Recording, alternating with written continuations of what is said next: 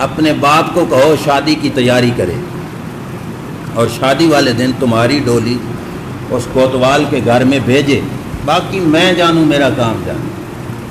بچی کی ایک دفعہ تو امید ٹوٹ گئی کہ یہ کیا ہوا، بادشاہ نے انصاف بھی نہیں کیا، لیکن ایک طرف بھروسہ بھی تھا کہ مسلمان بادشاہ نے مجھے بیٹی کہا اور میرا آنا ضائع نہیں جائے گا۔ گھر جا کر باپ کو ملی، باپ انتظار میں تھا کہ بیٹی مسئلہ حل کر کے آئے گی۔ بیٹی نے مل کے کہا ابا جان شادی کی تیاری کرو، ڈولی تیار کرو اور مقررہ وقت پہ میری ڈولی کوتوال کے گھر میں بھیج دے۔ ماں اور باپ کے قدموں کے نیچے سے زمین نکل گئی۔ انہوں نے کہا بیٹی کیا کام کر کے آئی ہو؟ انہوں نے کہا ابا جان میری مانو، بس فیصلہ تمہارے حق میں ہوگا، میری مانو۔ ماں باپ نے بچی کے کہنے پر تیاریاں شروع کر دی، ڈولی تیار ہو گئی۔ جس دن اس کوتوال کے گھر میں اس بچی کی ڈولی جانی تھی، وہ ابراہیم خان نام، اس نے بڑی دولت لوٹائی، بڑے بڑے جو ہے کھانے پکائے، بڑی بڑی خوشیاں منائیں کہ آج میں اپنے مقصد میں کامیاب ہو رہا ہوں۔ گلیوں میں دولت اور سکے بکھیر دیے گئے کہ فقیروں نے جتنے اٹھانے ہیں اتنے اٹھائے۔ آج بادشاہ کوتوال بڑا خوش ہے کہ اس نے فقیروں پہ اتنی دولت نچھاور کر دی۔ ادھر سے پنڈت کی بیٹی کی ڈولی بھی اٹھ کے آ رہی تھی، اور بڑے بڑے فقیر دور دراز کے علاقوں سے آ کے اس کوتوال کی بکھیری ہوئی دولت اٹھا رہے تھے۔ اچانک ایک فقیر کے روپ میں جس نے کپڑے بھی بھکاریوں جیسے پہنے ہوئے تھے اور روپ بھکاریوں جیسا بنا کے اس کوتوال کے سامنے آ کے ہاتھ پھیلایا، کہا آج خوشی کا وقت ہے تو مجھے بھی تو کچھ بھیک دو۔ اس کوتوال نے اشارہ کیا کہ زمین پہ بکھرے ہوئے سکے اٹھا لو۔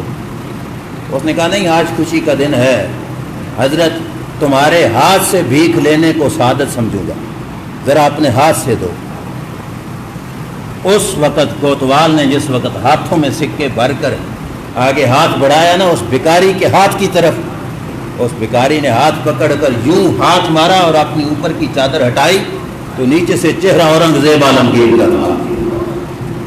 اب کوتوال کے پاؤں کے نیچے سے زمین نکل گئی۔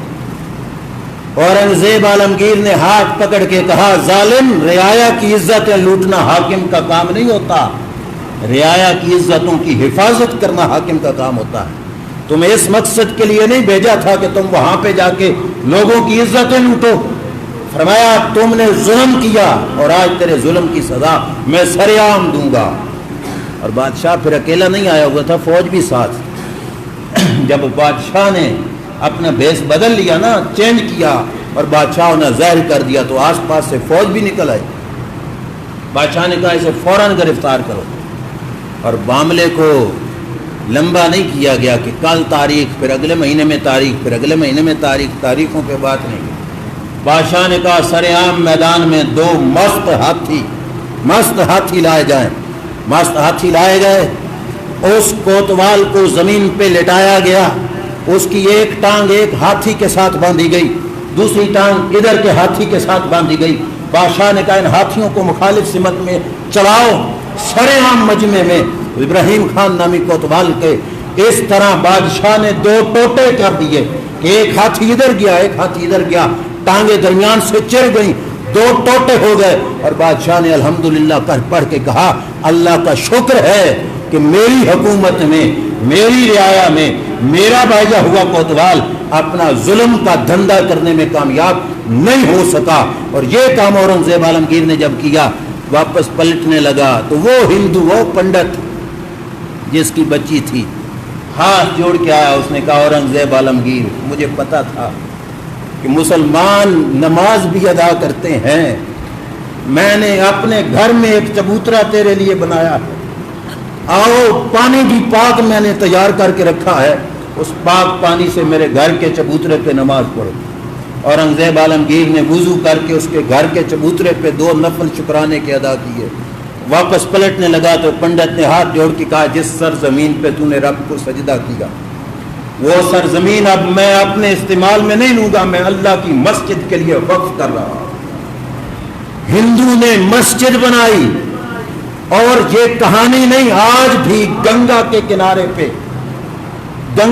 کنارے پہ وہ مسجد موجود ہے، آج بھی اور اس مسجد کی دیوار پہ پیتل کی سلیٹ لگوائی تھی اورنگزیب عالمگیر نے، اور اورنگزیب عالمگیر نے کہا اگر پنڈت تو اللہ کے دین کے لیے اتنی قربانی دے رہا ہے تو اورنگزیب عالمگیر نے کہا میرا آرڈر ہے بنے گی مسجد، اور اس مسجد کا متولی پنڈت کی اولاد سے ہوگا، اور آج تک وہ سلیٹ بھی موجود ہے اور اس مسجد کا متولی اس پنڈت کی اولاد سے آ رہا۔ میں عرض یہ کرنا چاہتا ہوں کہ کبھی پنڈت مسجدیں بناتے تھے اور آج مسلمان مندر بنانے لگ گئے۔ کتنا افسوس، جن سے ایک مسجد کا بل نہ معاف ہو سکا وہ مندر تعمیر کرنے لگ گئے، جن سے ایک مسجد کی تعمیر پہ خرچہ نہ ہو سکا۔ اب جائیں اجازت لینے کے لیے مسجد کی تعمیر کے لیے، سال ہا سال تک تو وہ درخواست فائلوں میں پڑی رہتی ہے، لیکن وہ لوگ آج مندر بنانے کے درپے ہو گئے۔ آخری بات، اور میں بات کو ختم کر رہا ہوں، وقت ہو چکا ہے۔ ابن بطوطہ کا نام آپ نے سنا ہوگا، بالخصوص جو اسٹوڈنٹ طبقہ بیٹھا ہے۔ ابن بطوطہ ایک جملہ آتا تھا، بہت بڑا سیاح تھا۔ یہ سیاہ گول ہا کے ساتھ نہیں کہ کالا تھا، یہ وہ ہلکی ہا، اس حجام والی ہا، سیاہ مطلب بہت بڑی سیر و سیاحت کی تھی ابن بطوطہ نے۔ پھر ابن بطوطہ نے اپنا سفر نامہ تحریر کیا، اس کی ایک بات عرض کر کے بات ختم۔ ابن بطوطہ نے سفر نامہ لکھا اور اس میں لکھا کہ جب میں سیر و سیاحت کرتے ہوئے افغانستان کی سرزمین پہ پہنچا، مجھے ایک مسجد نظر آئی، بڑی عالی شان مسجد تھی۔ میں نے پوچھا اس مسجد کا بانی کون ہے، بنانے والا کون ہے؟ تو لوگوں نے کہا اس کی سٹوری پوچھنی ہے تو فلاں جگہ جاؤ۔ کہتے ہیں میں گیا تو مجھے پتہ چلا کہ مسجد کیسی بنی۔ بس سنو اور بات ختم کر رہا ہوں۔ ابن بطوطہ کہتا ہے کہ میں انہیں جا کے پتہ کیا مسجد کیسی بنی، تو پتہ چلا کہ اس علاقے میں جو گورنر تھا اس نے اپنی حکومت سے، جو اوپر والی حکومت تھی، اس سے قرضہ لیا ہوا تھا اپنی رعایا کے لیے، اور وہ قرضہ وقت پہ دے نہیں پا رہا تھا کہ بادشاہ نے، جو اوپر حاکم تھا، اس نے مجبور کیا اپنے نچلے گورنر کو کہ جلدی جلدی وہ قرضہ اور وہ پیسے واپس کیے جائیں۔ رعایا کے پاس پیسے بن نہیں رہے تھے تو گورنر بڑا مجبور ہوا۔ اس گورنر کی بیوی کو پتہ چلا تو اس بیوی کے جہیز میں ایک سوٹ ملا تھا گورنر کی بیوی کو والدین کی طرف سے، جس پہ سونے کی تاروں سے کڑھائی ہوئی تھی۔ اس گورنر کی بیوی نے سوٹ نکال کے گورنر کو دیا، کہا یہ لے جاؤ بادشاہ کے پاس اور اسے کہنا اگر ان پیسوں سے تیرا قرضہ اترتا ہے نا تو یہ سوٹ ہی رکھ لو، ہماری رعایا بیچاری مجبور ہے، وہ ابھی قرضہ نہیں دے سکتی، ادا نہیں کر سکتی۔ گورنر سوٹ لے کے بادشاہ وقت کے دربار میں پہنچے۔ بادشاہ نے سوٹ رکھا بادشاہ کے پاس اور کہا سونے کی تاروں سے اس پہ کڑھائی ہے، یہ سوٹ اگر تمہارا قرضہ ادا کر سکتا ہے تو یہ رکھ لو، ہماری رعایا کے پاس فی الوقت پیسے نہیں۔ بادشاہ نے سوٹ دیکھا تو پوچھا یہ سوٹ کس کا ہے؟ گورنر نے بتایا یہ میری بیوی کا سوٹ ہے۔ تو بادشاہ کو اب حیا آ گئی، اب حیا آئی۔ اس موقع پہ بھی حیا آنا آج کے دور میں تو بڑی دور تک بھی نہیں نظر آئے گا۔ بادشاہ کو حیا آئی کہ میں بھی عورت ذات کا سوٹ لے کر اپنا قرضہ وصول کروں۔ بادشاہ نے کہا اگر وہ عورت ہو کر اتنی قربانی دے سکتی ہے تو میں مرد ہو کر قرضہ کیوں نہیں معاف کر سکتا؟ جہاں میں نے قرضہ معاف کیا۔ گورنر سوٹ اٹھا کے جب گھر پہنچا بیوی کو دیا تو بیوی نے کہا قرضہ؟ انہوں نے کہا کہ قرضہ تو بادشاہ نے معاف کر دیا اور سوٹ واپس کر دیا۔ اب اس میں ایک اور بہت بڑی سبق کی بات، گورنر کی بیوی نے کہا کہ یہ سوٹ تو اب میرے پہننے کے قابل نہیں رہا۔ کیوں؟ کہا اس پہ غیر مرد کی نظر پڑ گئی، اب یہ سوٹ پہننا تو مجھے گوارا نہیں۔ واپس ہو گیا، لہذا اس سوٹ کو بیچو اور اس سوٹ کے پیسوں سے رب کا گھر مسجد تعمیر کرو۔ ابن بطوطہ کہتا ہے کہ وہ شاندار مسجد افغانستان کے علاقہ میں مجھے لوگوں نے بتایا کہ یہ اس گورنر کی بیوی کے سوٹ سے اللہ کا گھر تعمیر ہوا۔ کبھی گورنر مسجدیں بناتے، اب مندر بنا رہے ہیں۔ ہمیں یہ دکھ ہے کہ جتنا حق ہے شریعت میں ذمہ کا، اتنا حق مسلمان بیچارے کو بھی نہیں مل رہا. اور ذمہ کا جو حق ہے اسلام نے دیا ہم وہ سر اور آنکھوں سے بھی مانتے ہیں. لیکن یہ چیز کہ اسلام کے علاقے مسلمانوں کے علاقے میں ان کا منظر بنانا اور پھر خرچہ مسلمانوں کے لیے وہ ٹیکس ادا کرنا یہ بہت بڑی زیادتی ہے. اللہ تعالی ہمیں اس ظلم سے بچائے اور اللہ تبارک و تعالی ہمیں مساجد کو آباد کرنے کی توفیق عطا فرمائے. وآخر دعوانا الحمدللہ رب